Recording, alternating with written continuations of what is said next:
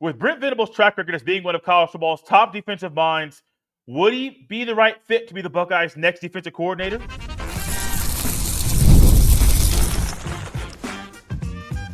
You are Locked On Buckeyes, your daily podcast on the Ohio State Buckeyes. Part of the Locked On Podcast Network, your team every day. Welcome in, Buckeye fans, to your Hump Day edition of Locked On Buckeyes, which is your daily Ohio State podcast. Part of the Locked On Podcast Network, your team every day. I'm your host, Jay Stevens, also the host of the Jay Stevens Podcast. And today's episode is brought to you by FanDuel. Super Bowl 59 is here, and there's no better way to make every play more exciting than with FanDuel Sportsbook. New customers can bet just $5, and if you win, you'll score $200 in bonus bets. Download the app or head to FanDuel.com to get started. During today's show, we'll dive into numerous off-season position battles, as well as my own belief in Ohio State's coaching staff. But before we get to any of that, with Brent Venables' track record as being one of college football's top defensive minds, would he be the right fit to be the Buckeyes' next defensive coordinator? I think there's a reason why he would be the right fit, but there are a couple of reasons why I don't think he would be the right fit. Schematically, he fits. He brings that hybrid defensive look that Ryan Day wants right now at Ohio State. He has a proven track record, not only at Clemson, but also at Oklahoma, where he has showed everybody he is one of the top defensive minds in the sport at multiple schools. Then you think about the possibility of him stealing signs when he was at Clemson. I don't think Ryan Day wants that in Woody Hayes Athletic Center. And then there's also the fact that he almost stole Jim Knowles from Ohio State. I think that rubs Ryan Day the wrong way, and I don't think Ryan Day is going to make that call. One thing that Brent Venables does have in his bag is he is, one, a proven defensive coordinator. Two, he has experience of being a head coach in college football. In the last three hires that Ryan Day made that were coordinator hires, Jim Knowles, Bill O'Brien, and Chip Kelly, in that order, all three of them were proven coordinators in the sport. They also were guys that had experience being head coaches. Jim Knowles at Cornell, Bill O'Brien at multiple stops at Penn State being one of them, and then Chip Kelly was a head coach before coming to Ohio State. They have that in common. And I think when it comes to Brent Venables, you have to take that into account and take that into mind, but also realize things aren't going well out there at Oklahoma. He is a defensive guy, and things are hard for them right now on defense. Offensively, things are hard out there as well. So things aren't going well. It might be up out of Norman before the end of the season in 2025. So no one really knows about what is next for Brent Venables. And so if I think about a guy that's currently a head coach, has a proven track record as a defensive coordinator, and a guy that I think is well respected around the sport for what he does with the defense, that's Brent Venables. You can't go away from that. If he were a guy that didn't have a couple things that were X's next to his name right now when it comes to this conversation, I would say go do it. Now, also, is he willing to take a massive pay cut? Because we all know Chip Kelly took a $4 million pay cut to come to Ohio State. That's a lot of money. Now, you've been coaching for a long time. You're a millionaire, and that's great for your bank account. But still, millionaires want to take more chances to make more money, not take a $4 million hit. Chip Kelly did that, and he is still out there working. He's out there grinding, and he is a guy right now that even if he's being looked at by NFL teams, but if he stays at Ohio State, I think he's in a great position to lead the Buckeyes offense of 2025. Brent Venables, though, I don't know if he would take that pay cut. I don't know. I have no idea. If Brent Venables was not a guy that there were articles written about regarding the possibility of him stealing signs, I know Pat Forty of Sports Illustrated wrote one back in 2020. 11 Warriors wrote one about some comments Ryan Day made back in 2020 about Brent Venables and how Brent Venables knows what you're going to do on every play. And I'm thinking, interesting. Very interesting that even before the Michigan stuff that is still being investigated, and they wrote and they sent back a 137-page document to the NCAA refuting and going against the accusation that the NCAA has. It's a lot of stuff going on with that school. But that rubs Ryan Day the wrong way. Not just because it's Michigan, but because it's happened multiple times against teams that have beat Ohio State. Nobody wants that stuff in the Woody Hayes Athletic Center. Not at all. And so that's a negative mark for a guy that is a really good coordinator. I mean, if he fails at Oklahoma and can't right the ship, I guarantee you there are going to be numerous schools around the country that are going to make that phone call, hit up Brent Venables' agent, and say, "You can come over here. We'll take you. We'll gladly take you over here. We'll gladly allow you to maybe take a pay cut, make a name for yourself, help yourself out, and then get back out there down the road to be a head coach in the future." I know there are schools out there that would do that. I know for a fact. That sign stealing stuff is real, man. The sign stealing stuff and the money. Those two things are big reasons why I don't think Ryan Day would make that call. Now, Ryan Day may go out there and try to get a coordinator to come in that is going to be someone that does have experience being a head coach and has a proven track record of calling defenses. It's a possibility. Matt Guerrieri's name, if there's one guy in-house that Ryan Day might want to go to, it's Matt Guerrieri. He has called defensive plays for 3 or 4 years. So you're not trying to bring a guy in that's never called plays on defense at all. No, he's done that, and he's been successful while doing that too. So that's something else. But I think Brent Venables' track record of doing it a whole lot longer speaks volumes for itself.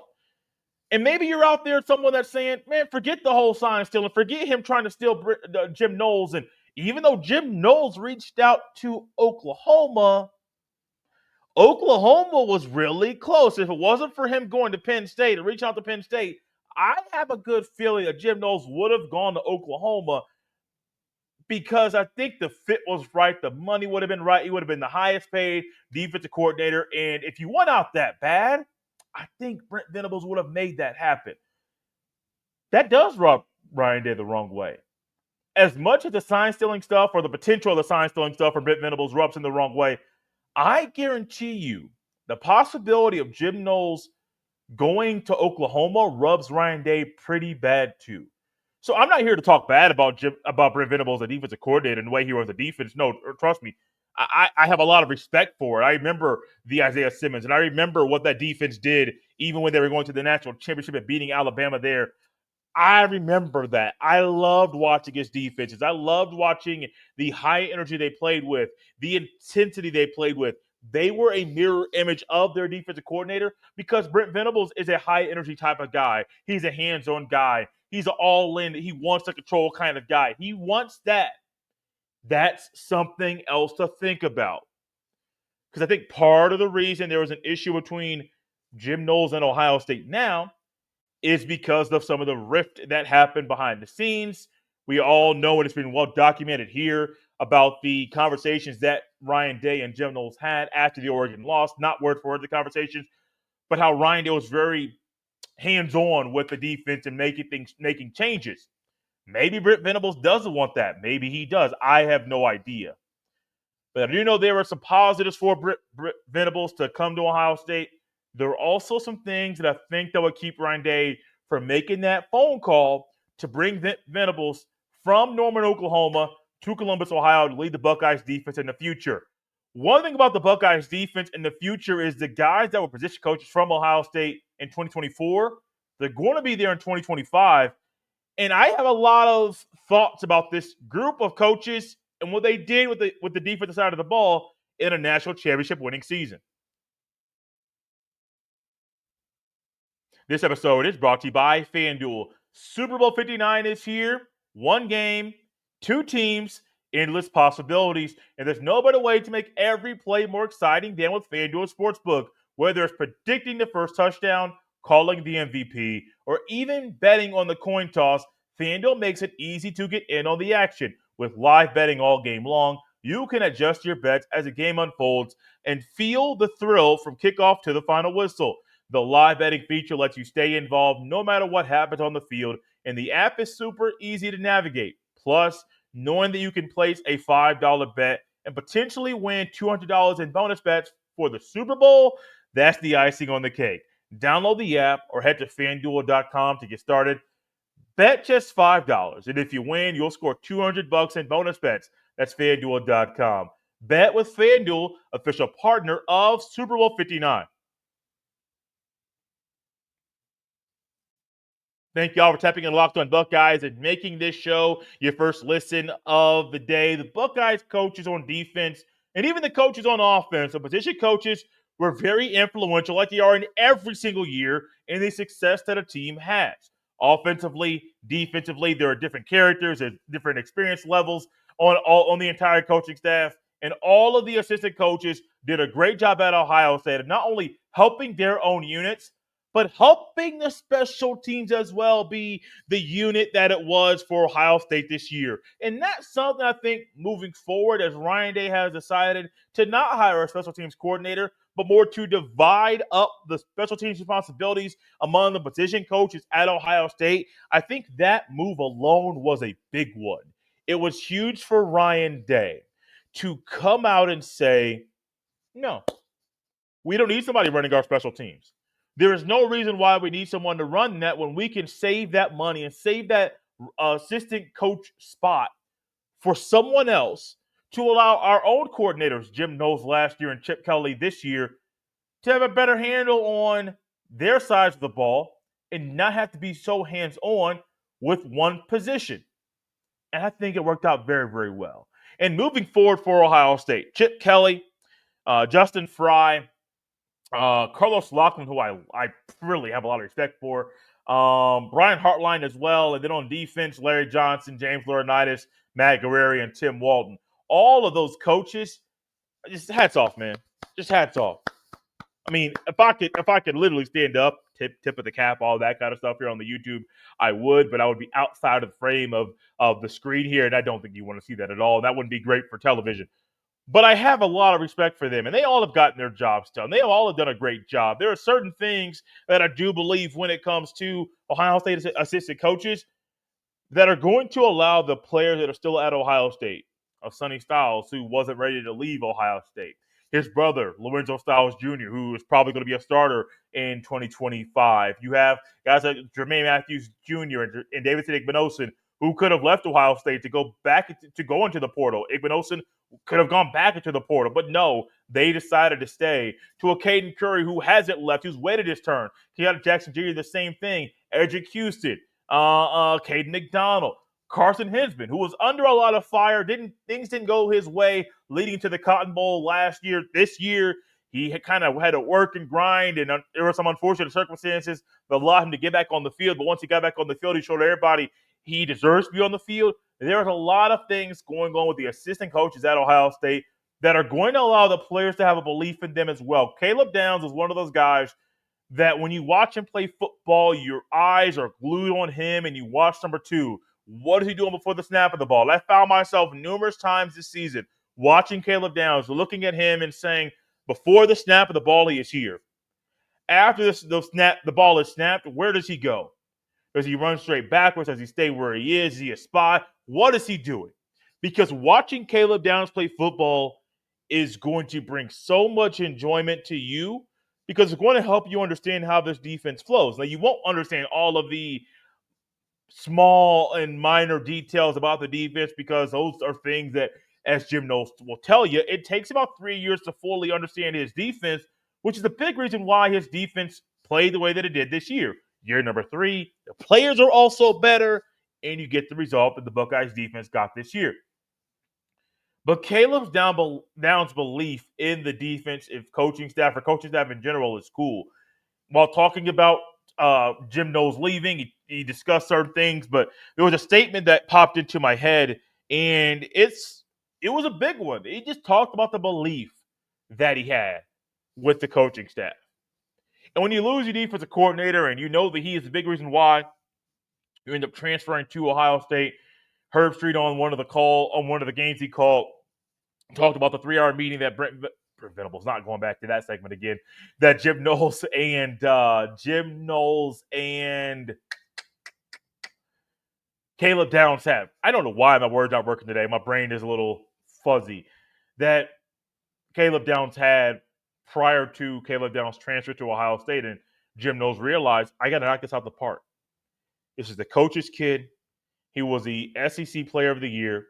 Ohio State recruited him out of high school, but lost the recruiting battle to Alabama. While Nick Saban retires, there was a belief that Caleb Downs is just going to stay down in the South and transfer to Georgia. The enrollment process was going through and running its course. Next thing you know, that gets halted down there in Athens, Georgia, and Caleb Downs decides to transfer to Ohio State. A lot of that was because of Jim Knowles' impact and him meeting with him and talking to him and winning him over. But also, there is a belief that with Jim Knowles gone, Caleb Downs may not have a belief in the coaching staff like you would like for him to have. There is a belief that Caleb Downs may hit into the portal once again. That's a thought that I either heard it on a show or I read it somewhere, and that really hadn't crossed my mind. Yes, it's a possibility, but was it a realistic opportunity to me? No, I didn't think it was that kind of option. I did not. But also, reality is, it could happen. Spring portal opens up. He may say, I'm up out of here. I don't want to be a Buckeye anymore. And he could go somewhere else. And just imagine if he goes from Ohio State back down south to Georgia or Alabama. Think about how weird that would be. The three-headed monster right there, the war between Alabama, Ohio State, and Georgia, which really isn't a war. No, Alabama and Ohio State have a home-and-home series coming up, I believe, in a couple of years, and I can't wait for that to happen. I believe after the Buckeyes play Texas in back-to-back years, the Buckeyes will play Alabama in back-to-back years, and I want to say after that, the Buckeyes play Georgia in back-to-back years after that. So this is 6 straight years of SEC versus Big Ten in home series. I'm here for it. I love it. But just imagine if all of a sudden Ryan Day makes the wrong hire, or all of a sudden one of the coaches on Ohio State's defensive coaching staff decides to say, I think there are greener pastures elsewhere. I'm going to leave. You might lose your best player on the team. Yes, I know Jeremiah Smith's on the football team. For us to have the appreciation for Jeremiah Smith that we have, and to even consider that Caleb Downs is better, I think that speaks volumes. And I don't really mind saying that. You got the best offensive player in the country, got the best defensive player in the country. It's just odd. It's very, very odd for that to happen. And it's possible that as great as Jeremiah Smith is, Caleb Downs might be better because he's that good. He is doing things that we don't normally see in college football. When I compare players, and I don't normally do that, that's not normally my expertise, but every time I think of Caleb Downs, I think of Troy Polamalu. Now, their build is different, but they play a similar style of football. And they play it at such a high level that the stuff they do is so rare. Now, we haven't seen Caleb Downs line up in the B gap, on a field goal like Troy Polamalu did. It ended up blocking the kick, I believe. But maybe at one point you might see Caleb Downs be more of a roamer like a Troy Polamalu, and more of that roaming, freelancing type of play like he does. If that happens, watch out other teams on Ohio State's schedule, because I don't think you will have an answer for what Caleb Downs does out there on the football field. But he has a belief in the coaching staff, and I think you should too. Every coach at Ohio State has showed everybody that they have the success and they have the track record, and they have proven to everyone that they can get the job done. And moving forward, there is no reason why you should believe at all, that Ohio State's assistant coaches will change under a new defensive coordinator and not be as effective under a new DC. Ryan Day has showed everyone he can get hires right. Yeah, I'm making Kerry Coombs a co-DC. That didn't work out. It didn't. It happened. Ryan Day made some early mistakes in his head coaching tenure, but lately he's gotten the answers right. Matt Guerrieri, Tim Walton, James Laurinaitis, Carlos Loughlin, Chip Kelly, Jim Knowles. He's gotten them right. And moving forward, I believe every Ohio State fan right now, maybe you're not a fan of Ohio State, just tapping to a Locked On Buckeye show on a hump day. Great. I appreciate you for checking out the show. You should believe in this coaching staff too, because they showed everybody in 2025 under intense adversity, under intense fire, they can get the job done. What is something that I think will get the job done in the offseason for a lot of players is proving that they have earned the right to start at Ohio State. And that's going to be numerous guys on the Buckeyes roster this year, because there are numerous position battles that will have intense battles throughout the offseason.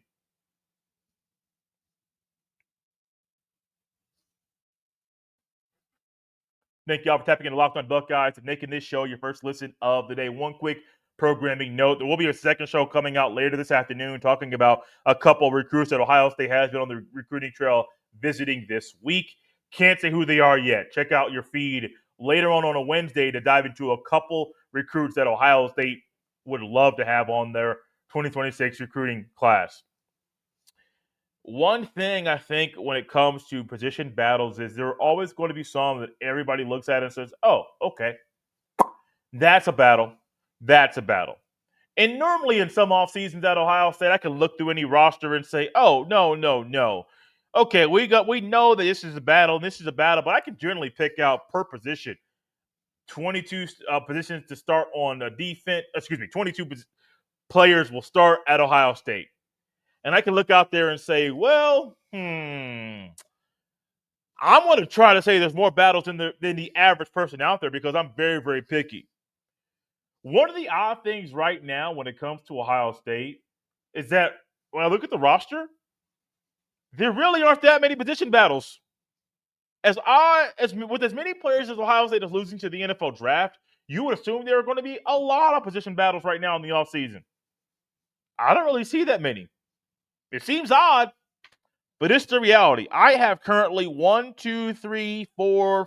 5 position battles.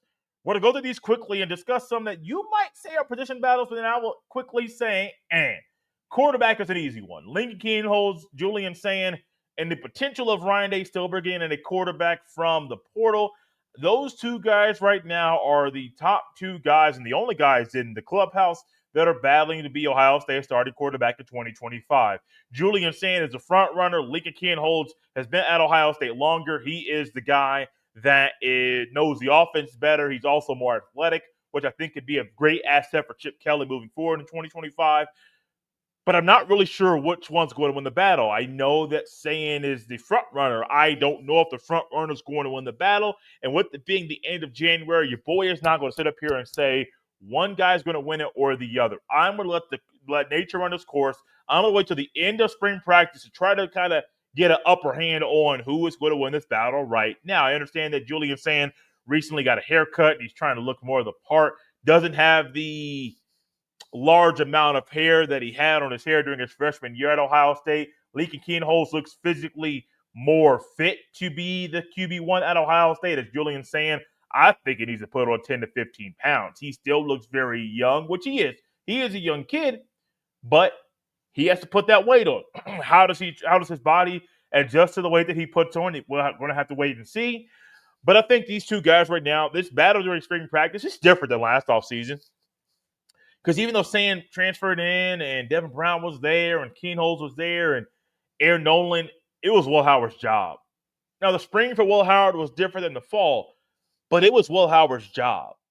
Right now, I don't know whose job it is. Maybe you have a better handle on it. Great. Be my guest. I am not sure. But what I do know is this. This battle during the offseason is going to, in my estimation, be more intense than Kyle McCord and Devin Brown a couple years ago. Kyle McCord won the job. Ryan Day took that battle into the regular season. I hope he doesn't do that again. I was not a fan of it back then. I'm not a fan of it now. I know it worked for Jim Harbaugh. And was he trying to take a page out of Harbaugh's playbook? Maybe. It worked because I think the best guy ended up starting for Ohio State that year. I don't think that's something that should happen this year at all. But I do know this. Let's just let nature run its course. You can have your opinion. You can say who you think is going to win it. Cool. Like, I'm not there yet. And I have no problem saying that right now on January 29th. Another position battle at Ohio State. It's not a skilled position. Well, no, I will do the skill position first. I was going to go to the offensive line. I'm going to go to the skill position first. It's running back. Ohio State's losing their top two running backs to the NFL draft. Travion Henderson graduates. He has no more collegiate eligibility left. Quinshon Judkins enters the draft early. He forgoes his final year of collegiate eligibility. I don't blame him. 3 years in a row that Judkins had 1,000-yard rushing seasons when he was a featured back down there at Ole Miss. Back-to-back years where he rushed for over 1,200 rushing yards. I believe his freshman year, he had over 1,500 rushing yards. He was the SEC Freshman of the Year that same year as well. So his track record speaks for itself. He's been a phenomenal running back, been a lot of fun to watch. And I think he's a day 2 pick. Henderson also day 2 pick. He might go into the end of the first round, but right now I got to say Trevion Henderson is a second-round pick. Nothing wrong with that. That's great. You're going to get paid a lot of money. And also, you don't have to go to class anymore. I think it's a big reason why some guys forego their final year of collegiate eligibility is because I can go to the NFL, make a whole lot of money, and not have to go to class anymore. Because to me, as someone that didn't like school, well, I like school. I didn't like class, if you know what I'm saying. If I can make some money and not go to class, buddy, I'm here. I'm all for it. James Peoples and C.J. Donaldson. To me, those are the top two guys in the clubhouse to be Ohio State's starting running backs. Peoples might be the guy that might be the more all-around running back. C.J. Donaldson has more experience. There's a reason why Carlos Lachlan brought him in, and I wouldn't be shocked if Lachlan said we need to go get one more running back from the portal to add more experience to this room. It wouldn't shock me at all. Because if you go into a season with only one experienced running back, that could lead to disaster. Luckily, Ohio State's two-back system allowed both guys to stay healthy all season long. Yeah, Judkins got banged up just a little bit, but didn't miss any significant time. It was phenomenal for the Buckeyes this year. Right guard. On the outside, many of you probably thinking, what about the receivers? Jeremiah Smith, Carnell Tate, Brendan Ennis got those three receiver spots locked up. At tight end, I got Will Kashmir. At left and right tackle, Ohio State brought in a couple guys from the portal. Those are the expected guys to start. Ethan Ananwa and Phillip Daniels are going to start at both tackle spots. Luke Montgomery at left guard, Carson Hinsman at center. Right guard is the interesting one. Where does Tegra Shabola fit in? Where does Austin Serveld fit in? Because I firmly believe with both guys, there's a possibility that one of them transfers in the spring portal. Because I have a hard time believing that the guy that is on the second team at the end of spring practice stays on the team. You've already shown you can start. You already showed you can be a consistent player for the Buckeyes. Even when you're rotating in the playoff, you've already showed that whatever the role is, you can get the job done. My gut tells me one of those two transfers in the spring, which then you're going to have to work to have more depth at Ohio State. I think Josh Padilla would be a good center for Ohio State in the future. I don't think he'll be able to jump Carson Hinsman, who is going to be a 3-year starter, expected to be a 3-year starter at Ohio State, which is great for him. That experience is going to be massive when he goes off to the National Football League. On defense, going to run through this very, very quickly because I went a little bit longer than I expected. I mean, your boy's talking a lot like normal. Strong safety, Malik Hartford and Jalen McClain. I think right now Jalen McClain is the leader in the clubhouse for this position. But I'm not really sure exactly where that's going to go. If Hartford will be able to get that role or if it's Jalen McClain. If the season started today, when we say tomorrow, today I will say Jalen McClain will be the Buckeyes starting strong safety, replacing Lathan Ransom, but I am not sure what's going to happen. Last but not least, it's a nickel corner spot. I think I may have said 5 earlier. I got 6, and the 6th one's kind of up in the air. I think right now it's Lorenzo Styles Jr. I think it's his job to keep. But with Devin Sanchez coming in, you have Aaron Scott Jr. and Bryce West and Jermaine Matthews Jr. and Davidson Igbinosun. Does Ohio State go a different route for the nickel corner spot? It does have to be someone that can play safety because as you notice with Jordan Hancock at the latter part of the season, a big reason why the Buckeyes defense played so well in the second half of the year was because Jordan Hancock's versatility was put on Front Street and was a big reason why defenses had such a hard time covering Ohio State because he could play free safety. He could play strong safety. He could also cover in the box and the boundary and in space in a way that a lot of guys can't do. Just one of those. He could do all of them at a high level. So that nickel corner spot's going to be very, very curious to see exactly if they try to put a younger guy there, maybe because they're more versatile, or if they're going to stick with Lorenzo Styles Jr., who I would have no problem with them playing and starting, but it's a possibility that they try to change things up. D-line, I think your starting D-line is going to be Kenyatta Jackson Jr., Caden Curry, Caden McDonald, and Edric Houston at linebacker. Oh, that was the other spot. The other linebacker spot was C.J. Hicks and Arvell Reese. I think Arvell Reese has that locked down. My biggest thing, if C.J. Hicks takes a massive jump up and can play more of a traditional linebacker spot instead of being better off the edge, maybe he takes that role over from Arvell Reese. But if he can't, maybe we see a rotation, because I don't think he's going to jump Kenyatta Jackson Jr. or Caden Curry. I don't think that at all. But if they get more versatile, they want to go with a 3-down look instead of a 4-down look, that outside backer could be C.J. Hicks. To think that role is made for him. Thank y'all for tapping in Locked On Buckeyes here on this hump day. You can follow me on Twitter at jstevens07 or any social media platform for that matter. It's at jstevens07. Also, send every email to jstevens317 at gmail.com. Buckeye fans, we're up out of here on a hump day. We'll see you next time.